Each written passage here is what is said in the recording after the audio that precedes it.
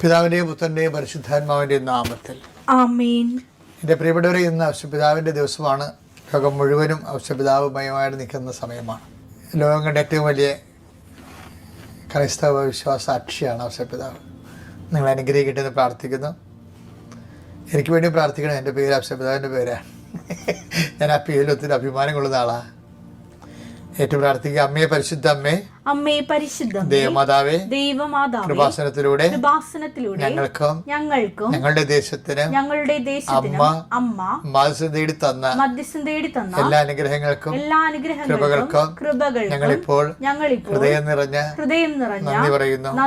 അമ്മയെ പരിശുദ്ധ അമ്മേ, ദേവമാതാവേ, 2004 ഡിസംബർ 7 തീയതി ഉച്ചകഴിഞ്ഞ് 2:30 കൃപാസനത്തിൽ സംഭവിച്ച അമ്മയുടെ പ്രത്യക്ഷപ്പെടലിനെ കുറിച്ച് തിരുസഭയ്ക്ക് സമർപ്പിച്ചിരിക്കുന്ന പഠനരേഖകളുടെ സഭാത്മകമായ പഠനം ആരംഭിക്കുവാൻ ഞങ്ങൾ താഴ്മയോടെ പ്രാർത്ഥിക്കുന്നു.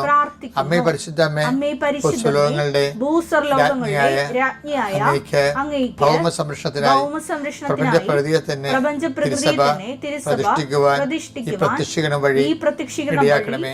പരിശുദ്ധ അമ്മേ, ജപമാല മാതാവേ, സകല കൃപാസനം പ്രാർത്ഥനയോടും ചേർത്ത് ഞങ്ങളിപ്പോൾ പ്രാർത്ഥിക്കുന്ന ഈ കുടുംബത്തിന്റെ പ്രത്യേക നിയോഗം ഔഷപിതാവിന്റെ മാധ്യസ്ഥം കൂടി ഓർത്തുകൊണ്ട് നിയോഗം പറയണേ.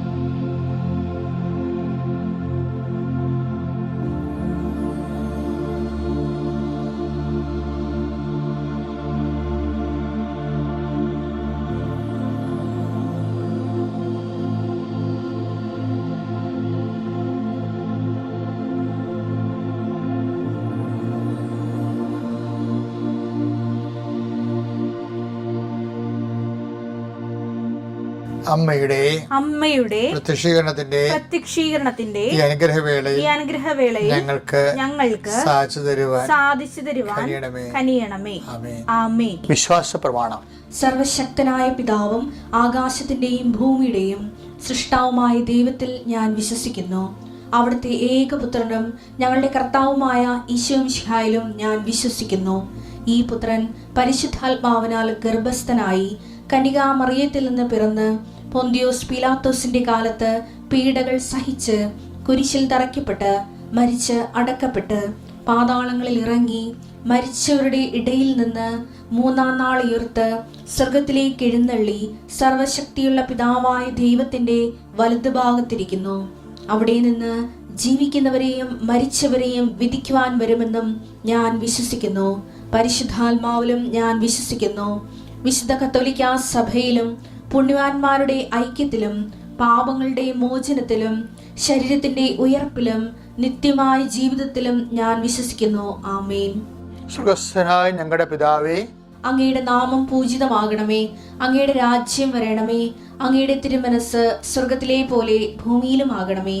അന്നു വേണ്ടുന്ന ആഹാരം ഇന്ന് ഞങ്ങൾക്ക് തരണമേ. ഞങ്ങളോട് തെറ്റ് ചെയ്യുന്നവരോട് ഞങ്ങൾ ക്ഷമിക്കുന്നത് പോലെ ഞങ്ങളുടെ തെറ്റുകൾ ഞങ്ങളോടും ക്ഷമിക്കണമേ. ഞങ്ങളെ പ്രലോഭനത്തിൽ ഉൾപ്പെടുത്തരുതേ, തിന്മയിൽ ഞങ്ങൾ രക്ഷിക്കണമേ. ആമേൻ. നന്മ നിറഞ്ഞ മറിയമേ, സ്വസ്തി. കർത്താവ് അങ്ങയുടെ കൂടെ സ്ത്രീകളിൽ അങ്ങ് അനുഗ്രഹിക്കപ്പെട്ടവളാകുന്നു.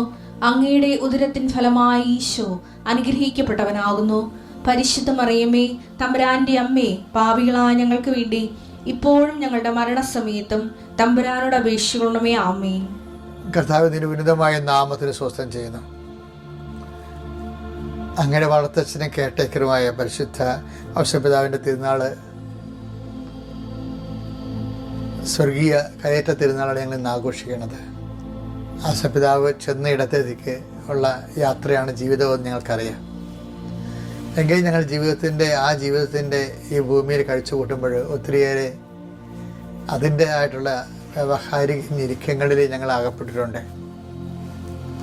ഔസേപ്പിതാവിനെ പോലെ ജീവിതത്തെ തണ്ടറ്റവും കൂട്ടിമുട്ടിക്കാൻ വേണ്ടി കഷ്ടപ്പെടുമ്പോൾ നിയമിപ്പിച്ച ജോലികളെ കൃത്യമായിട്ട് ചെയ്യാൻ വേണ്ടി പ്രതിബദ്ധതയോടെ അതിൽ സമർപ്പിതരാകുമ്പോൾ ഞങ്ങൾക്കുണ്ടാകുന്ന ഞെരുക്കങ്ങൾ വിശ്വാസ ഞെരുക്കങ്ങളായി കണ്ടുകൊണ്ട് തന്നെ സുവിശേഷ സാക്ഷിയായിട്ട് ജീവിക്കുവാൻ ഈ പ്രാർത്ഥനയിൽ പങ്കെടുക്കുന്ന എല്ലാ മക്കളെയും നീ അനുഗ്രഹിക്കണമേ, ആശീർവദിക്കണമെന്ന് പ്രാർത്ഥിക്കുന്നു. കർത്താവിൻ്റെ ഉന്നതമായ നാമത്തെ സ്തോത്രം ചെയ്യുന്നു. കർത്താവ് ഇന്ന് ഔസേപ്പിതാവിൻ്റെ തിരുനാളിൽ യാത്ര ചെയ്യുന്നവരെല്ലാവരെയും ഏറ്റവും കൂടുതൽ യാത്ര ചെയ്ത ഒരാളാണ്. ക്രിസ്തുവിനെ ലോകത്തിന് കൊടുക്കാനും കൈമാറാനും വേണ്ടി യാത്ര ചെയ്തൊരു മനുഷ്യൻ്റെ മാധ്യസ്ഥ നാൾ ആഘോഷിക്കുമ്പോൾ എല്ലാ യാത്രക്കാരും നീ ആശീർവദിക്കണമേ.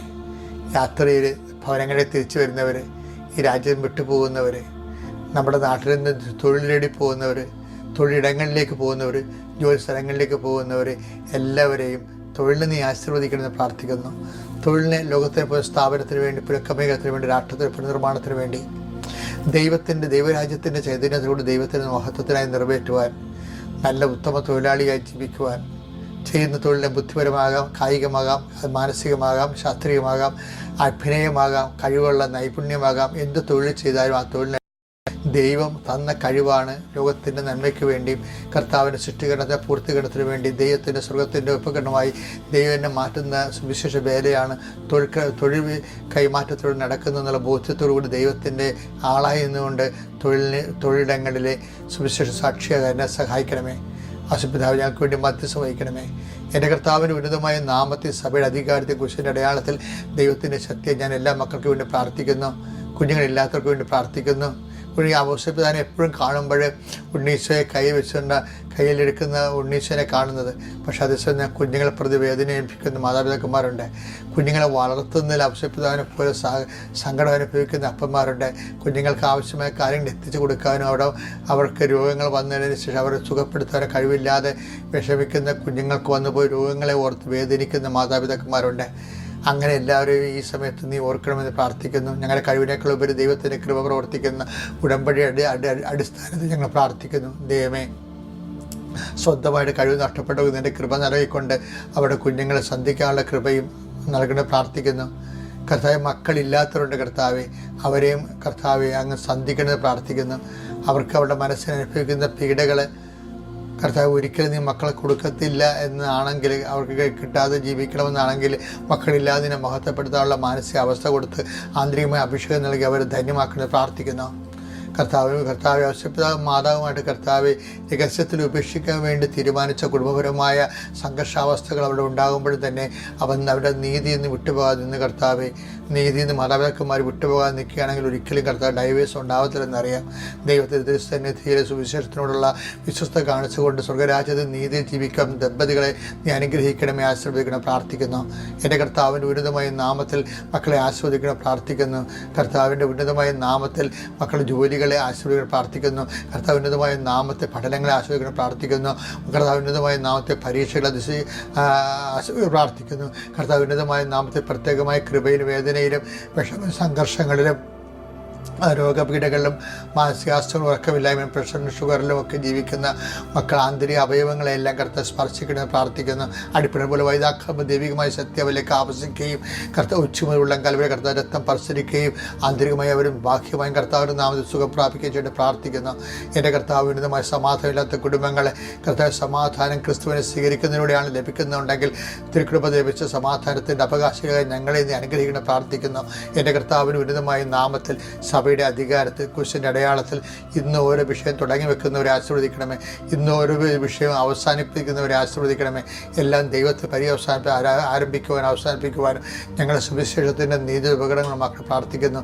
എൻ്റെ കർത്താവിനുമായ നാമത്തിൽ സഭയുടെ അധികാരത്തിൽ കുരിശിൻ്റെ അടയാളം തിക്തമനുഭവങ്ങളെ നിത്യപരമായ പരാജയങ്ങൾക്ക് വരുമ്പോൾ ദൈവത്തിൽ അകന്നു പോകാതെ പരിശുദ്ധ ആവശ്യപ്പെടാതെ നിന്നതുപോലെ ഞങ്ങൾക്ക് സഭയോടും കർത്താവ് വിശുദ്ധ ബലിപീഠത്തോടും കർത്താവ് അങ്ങയുടെ മനസ്സുകൊണ്ട് യോജിച്ചുകൊണ്ട് അങ്ങയുടെ നാമത്തിൻ്റെ മഹത്വത്തിന് വേണ്ടി സ്വർഗത്തിൻ്റെ മഹത്വം ഞങ്ങളെ സുഖത്തിൻ്റെ കൃപ ആർജിക്കുന്നതിന് വേണ്ടി ഞങ്ങളെ ഉപകരണമാക്കി സന്തോഷിച്ചുകൊണ്ട് അപ്പോസ്തലന്മാരെ പോലെ അടുത്ത സ്ഥലത്തേക്ക് കർത്താവിന് സാക്ഷിയായി പോകാനുള്ള സുവിശേഷവിഹിതമായ കൃപയായി ഞങ്ങൾ അനുഗ്രഹിക്കണമേ, ആശ്രയിക്കണമേ പ്രാർത്ഥിക്കുന്നു.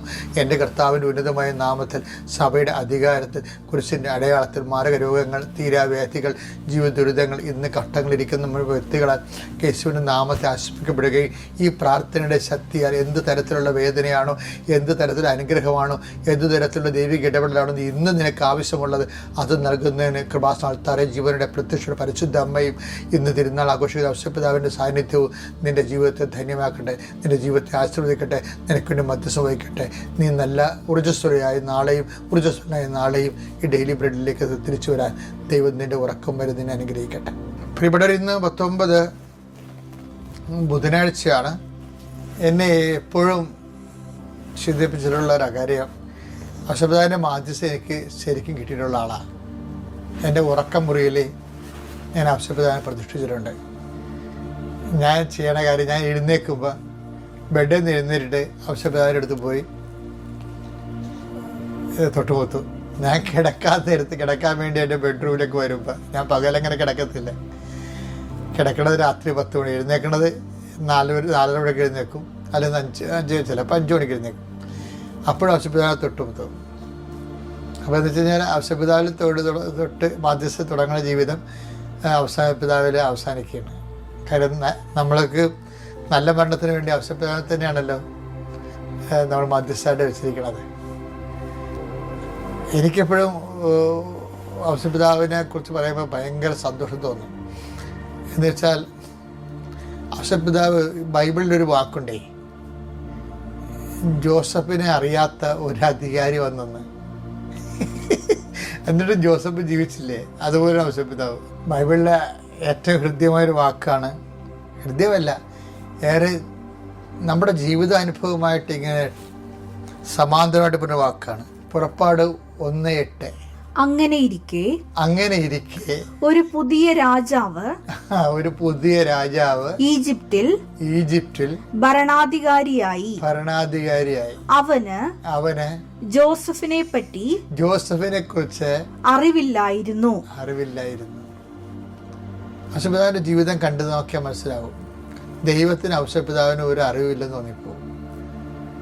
യോസഫിനെ അറിയാത്ത അധികാരിയായിട്ട് ദൈവം നിൽക്കണമെന്ന് നമുക്ക് തോന്നിപ്പോകും. എന്ന് വെച്ച് കഴിഞ്ഞാൽ മാതാവിൻ്റെ ജീവിതത്തിൽ ഒത്തിരി നല്ല സന്തോഷകരമായ അനുഭവങ്ങളുണ്ട്. മാതാവ് സന്തോഷം, കർത്താവിൻ്റെ സന്തോഷ ജീവിതം, ഓശാന പാടി എതിരേറ്റൊക്കെ അമ്മ കണ്ടിട്ടുണ്ട്. ആ വഴികളിൽ പൊളിഞ്ഞും തെറിഞ്ഞും കർത്താവിൻ്റെ യാത്രയിൽ അമ്മ ഉണ്ടായിരുന്നു.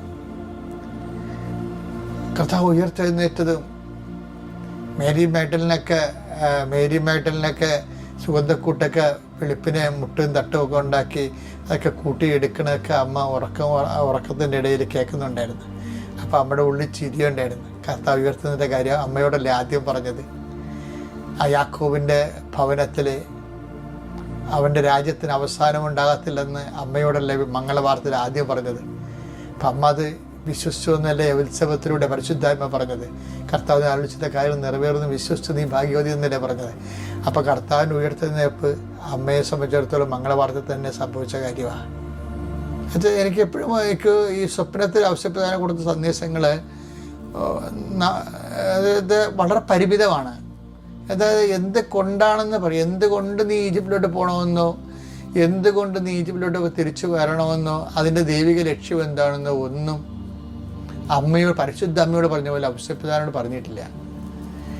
എന്നിട്ട് ഈ മനുഷ്യൻ പരിശുദ്ധ അമ്മ, എല്ലാം അറിയാവുന്ന പരിശുദ്ധ അമ്മയെപ്പോലെ ഒന്നും അറിയാത്തവനായിരുന്നിട്ട് പോലും അറിയാവുന്ന പോലെ ജീവിച്ചു എന്നുള്ള കാര്യമുണ്ടല്ലോ, ഒരു വല്ലാത്ത സംഭവമാണ്.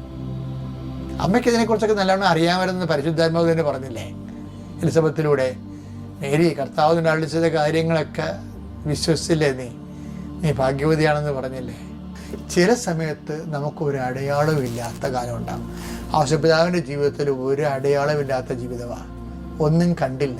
അമ്മ എല്ലാ അടയാളം കണ്ടു, ഔഷധപിതാവ് ഒരു അടയാളം കണ്ടില്ല, എന്നിട്ടും വിശ്വസിച്ചു. അതാണ് അദ്ദേഹത്തെ നീതിമായെന്ന് സ്വർഗം പറയണത്. കാര്യം അത് സ്വർഗരാജ്യത്തിൻ്റെ നീതിയാണ്. ഔഷധപിതാവ് ഫോളോ ചെയ്യണത് സ്വർഗരാജ്യത്തിൻ്റെ മൂല്യങ്ങളാണ്. നീതിയും സമാധാനവും എന്നൊക്കെ പറയും. റോമ 14:17. കാരണം ദൈവരാജ്യത്തിന്റെ മൂല്യം കണ്ടില്ലേ. കാരണം ദൈവരാജ്യം എന്നാൽ ഭക്ഷണവും പാനീയവുമല്ല, പ്രത്യുത അത് ലോകരാജ്യത്തിൻ്റെയാണ് ഭക്ഷണവും പാനീയം വരണം. പ്രത്യുത നീതിയും സമാധാനവും. ദൈവ മനസ്സ് നിറവേറ്റുന്ന നീതിയുണ്ട്, ദൈവനീതിയാണത്. നീതിയും സമാധാനവും. അത് നിറവേറ്റുമ്പോൾ നമുക്കുണ്ടാകുന്ന സമാധാനവും, പരിശുദ്ധാത്മാവിലുള്ള ദൈവത്തെ മഹത്വത്തിന് വേണ്ടി അത് ഉപയോഗിക്കുമ്പോൾ നമുക്കുണ്ടാകുന്ന പരിശുദ്ധാത്മാവ് സന്തോഷവുമാണ്. അപ്പൊ ആ ദൈവരാജ്യം നമ്മൾ തന്നെയാണെന്ന് അർത്ഥം. ഈ ദൈവരാജ്യം നമ്മൾ തന്നെയാണെന്ന് ഈശോ പറയുന്നില്ലേ?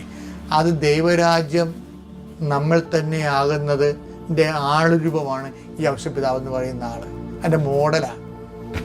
ഈശോ ദൈവരാജ്യത്തിന് വേണ്ടി കുഞ്ഞുങ്ങളെടുത്തില്ലേ? ഞാൻ നിങ്ങളുടെ മുമ്പിൽ ഔഷപിതാവിനാണ് എടുത്തു പറയണത്, ദൈവരാജ്യത്തിൻ്റെ മോഡലായിട്ട്. ഇത് കണ്ട് നമുക്ക് വളരാം, ഇത് കണ്ട് ക്രിസ്തുവിനെ വളർത്താം, ക്രിസ്തുവിനെ ലോകത്തിന് കൊടുക്കാം. ദൈവം നമ്മൾ അനുഗ്രഹിക്കട്ടെ. അത്യപൂർവ ദൈവാനുഭവങ്ങൾ ഇനി നിങ്ങൾക്കും സ്വന്തം. ഈ യൂട്യൂബ് ചാനൽ ഇതുവരെ സബ്സ്ക്രൈബ് ചെയ്തിട്ടില്ലെങ്കിൽ ഇപ്പോൾ തന്നെ സബ്സ്ക്രൈബ് ചെയ്യുക.